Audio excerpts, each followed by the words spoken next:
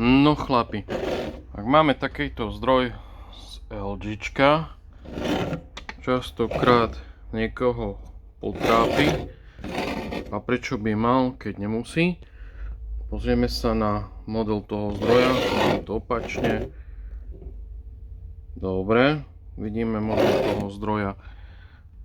Klasická chyba, odpáli sa poistka, prídeme k budiču srdcu zdroja, odpáli sa MOSFET, odpáli sa kondenzátor, ochranný kondenzátor, následne odíde ochranný odpor, obrátime si to, áno, máme tu ten budič zdroja, integrovaný obvod, vidíte, ja som ho musel dať na drátky, dokonca sa tak odpálil, že pošiel aj s cestičkami, okolo neho máme ešte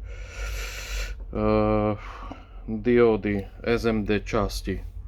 No a miesto toho, aby sme sa trápili, pozrieme sa na niekoho, kto to už robil, napríklad na mňa, pozrieme sa na takýto zoznam súčiastok, áno, vidíme tu aj typ zdroja, verziu, máme tu typ, pozrieme sa na typ, pozrieme sa na súčiastky, premerané súčiastky, máme ich vadné, vymeníme, šup, založíme, vyskúšame, máme to, poďakujeme, krásny deň.